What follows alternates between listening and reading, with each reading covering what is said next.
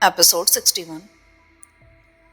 زرتاج کی آنکھوں میں آنسو جھلملانے لگے تھے۔ اس نے ٹرانسمیٹر کا سوئچ آف کر کے شیلف کو اندر دھکیل دیا اور پھر اختر کے کمرے کی طرف بڑھ گئی۔ اختر اپنے کمرے میں بدستور سو رہا تھا۔ وہ بڑی دیر تک دروازے سے لگی کھڑی رہی۔ وہ اس کے معصوم چہرے کو دیکھتی رہی اور پھر آہستہ سے کمرے کا دروازہ بند کر کے واپس ڈرائنگ روم میں پہنچی۔ ٹیلی فون کا ریسیور اٹھا کر کسی کا نمبر ڈائل کیا۔ ہیلو۔ دوسری طرف سے کسی نے غرائے لہجے میں پوچھا۔ 229 از ہیئر۔ سرتاج بیگم باروب آواز میں بولی۔ یس یس مدام، میں آپ کا خادم بول رہا ہوں۔ ایک بوکھلائی آواز سنائی دی۔ مجھے ایک کشادہ بنگلے کی تلاش ہے جس میں کم از کم 5 کمرے ہونے چاہیے۔ اسی کے ساتھ ساتھ نصف درجن خوخار کتوں کا انتظام بھی کرنا ہے۔ جرمن شیفرڈ ہو تو بہتر ہے۔ آپ کو یہ بنگلہ کس مقصد کے لیے چاہیے؟ 019۔ کیا تمہیں مقصد بتانا ضروری ہے؟ زرتاج اکھڑے ہوئے لہجے میں بولی۔ اوہ نو میڈم، میرا مطلب یہ تھا کہ بلکہ میں تو صرف یہ اس لیے معلوم کرنا چاہتا تھا کہ ایسا مکان تلاش کیا جائے جو آپ کی ضرورت کے پیش نظر موضوع ثابت ہو سکے۔ ایک شخص کو پناہ دینی ہے جس کو ہر حال میں اغوا کیے جانے کے امکانات ہیں۔ میں چاہتی ہوں کہ وہ ایک ایسی رہائش گاہ پر ہو جہاں پرندہ بھی پڑ نہ مر سکے۔ آبادی سے الگ تھلگ اور اس کی حفاظت کا بھی پورا بندوبست ہونا چاہیے۔ اوکے میڈم، آپ کے حکم کی تعمیل کی جائے گی۔ ٹھیک 5 روز بعد زرتاج بیگم ایک خوبصورت اور کشادہ بنگلے کے گیٹ پر موجود اس کا تفصیلی جائزہ لے رہی تھی۔ واقعی اس مقصد کے تحت اس سے زیادہ موزوں بنگلہ وہ خود بھی بنواتی تو شاید اسی جیسا ہوتا۔ لوہے کا مضبوط گیٹ جس میں بھالے لگے ہوئے تھے اور اس کے پھلوں کا رخ آسمان کی طرف تھا۔ ان پر باقاعدہ دھاڑ لگوائی گئی تھی۔ 4 دیوار پر تیز نوکیلے آہنی کانٹوں کا ایسا جال بچھایا گیا تھا کہ 4 دیواری عبور کرنا ممکن ہی نہ تھا۔ گیٹ سے اندر داخل ہوتے ہی بائیں جانب ایک کشادہ کمرہ بنا ہوا تھا جہاں کچھ پہرے دار موجود تھے جنہوں نے اپنے ہاتھوں میں خوخار جرمن شیفرڈ کتوں کی زنجیریں تھامی ہوئی تھیں۔ قد آور جسیم کتے اپنی لمبی زبانیں نکالے ہانپ رہے تھے۔ ان کی خوفناک شکلوں سے ہی ان کے خونخوار ہونے کا اندازہ ہو رہا تھا۔ پہرے داروں نے زرتاج بیگم کو دیکھ کر مؤدبانہ انداز میں سر جھکا لیا۔ گیٹ کے دائیں جانب میں خوبصورت لان تھا جس میں موسمی پھولوں کی چھوٹی چھوٹی کیاریاں ایک خاص ترتیب کے ساتھ پھیلی ہوئی تھیں اور 4 دیواری سے تقریباً 2 گز کے فاصلے پر مختلف پھلوں کے درخت 4 دیواری کے ساتھ ساتھ ایک قطار کی صورت میں چلے گئے تھے جن سے عمارت کی خوبصورتی میں اضافہ بھی ہو گیا تھا اور باہر سے اندر کی سرگرمیاں بھی نظر نہیں آ سکتی تھیں۔ 5 کمروں کی یہ عمارت واقعی ایک مضبوط قلعے کی صورت اختیار کر چکی تھی۔ اس کا دل انجانے خدشے کے تحت دھڑک اٹھا کہ اختر ان تمام احتیاطی تدابیر اور خونخوار وحشی کتوں کی موجودگی کے باوجود وہ ڈمی لانے میں کامیاب ہو سکے گا جس کی اس کے باس کو توقع تھی۔ نہیں، وہ شاید کامیاب نہ ہو سکے اور اس سے آگے جانے کا وہ سوچ نہ سکی۔ اس رہائش گاہ کا جائزہ لینے کے بعد اس نے کچھ ضروری ہدایات دی اور واپسی کے لیے مڑ گئی۔ گھر آ کر وہ سیدھی اپنے کمرے میں پہنچی اور دروازہ بند کر کے بستر پر نڈھال سے گر گئی۔ اس کی طبیعت میں بوجھل پن تھا۔ رہ کر اس کا خیال اختر کی طرف چلا جاتا تھا اور وہ یہ سوچ کر کام جاتی تھی کہ اس کے باس کے حکم کے مطابق اختر کو اس رہائش گاہ سے ڈمی اڑانی ہے جہاں مکین کی مرضی اور اجازت کے بغیر پرندہ بھی داخل نہیں ہو سکتا۔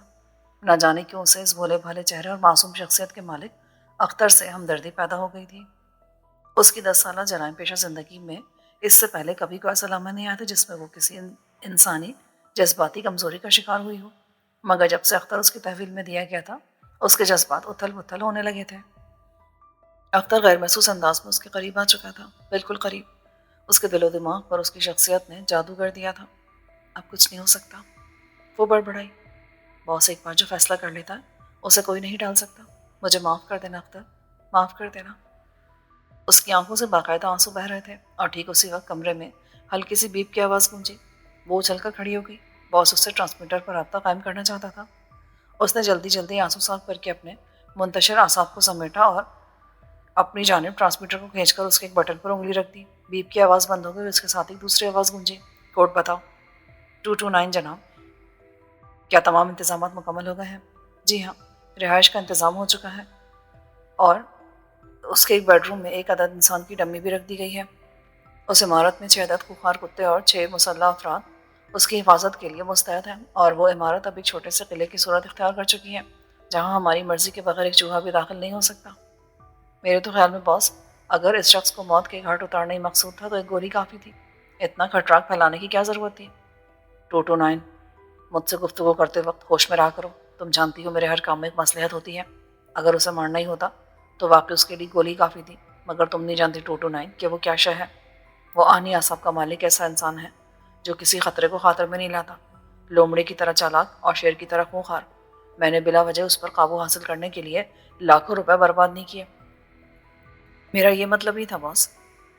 زرتاج بیگم نے خفت زدہ لہجے میں معذرت کی، بلکہ میرا ذہن اس ڈرامے کے پس پردہ اس مصلحت کے بارے میں جاننا چاہتا تھا۔ یہ سمجھ لو کہ میں نے جن طریقوں سے اس طوفان بلاخیز کو اپنے قابو میں کیا ہے، آج اس کا رد عمل دیکھنا چاہتا ہوں کہ کہیں ان طریقوں نے اس کی صلاحیتوں کو زنگ تو نہیں لگا دیا۔ اگر اس کی صلاحیتیں واقعی ان طریقوں سے متاثر ہو گئی ہیں تو وہ میرے لیے بالکل ناکارہ ہے، اور ناکارہ لوگوں کے لیے میرے گروہ میں کوئی گنجائش نہیں ہے، یہ تم اچھی طرح جانتی ہو۔ اگر وہ آپ کے معیار میں پورا اترا پھر تم دیکھو گی کہ وہ زخمی شخص کس طرح ہمارے پاس پہنچ جاتا ہے۔ میں سمجھی نہیں۔ 229۔ میں تمہیں پہلے ہی بتا چکا ہوں کہ جے جے اسپتال سے اس زخمی شخص کو کسی پارٹی نے اغوا کر لیا تھا، اور میں نے یہ بھی کہا تھا کہ وہ پارٹی میری نظر میں ہے، اس کی تمام سرگرمیوں سے میں واقف ہوں۔ جی ہاں، تو بس اختر کا دوسرا آرڈر اس زخمی شخص کو اغوا کرنے کے سلسلے میں ہوگا۔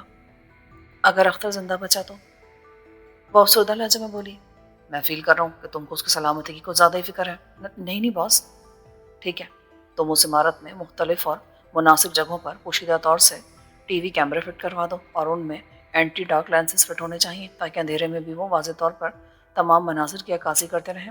یہ کام تم 0051 کے سپورٹ کر سکتی ہو، جو ان معاملات میں ماہر ترین آدمی ہے۔ اور ہاں، کل رات اختر اس ڈمی کو لانے کے لیے روانہ ہو جائے۔ بہت بہتر باس۔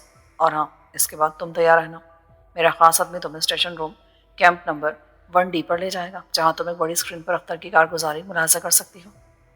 اس کے ساتھ ہی رابطہ منقطع ہو گیا۔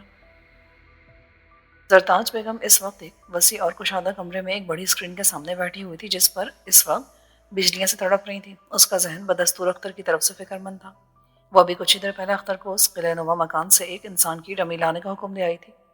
ٹھیک 12 بجے رات کو اختر کو اس مکان میں داخل ہونا تھا، اور اب وہ اپنے مقصد میں کامیاب ہوتا بھی ہے یا نہیں، یہ سوال اس کے ذہن میں چکرا رہا تھا۔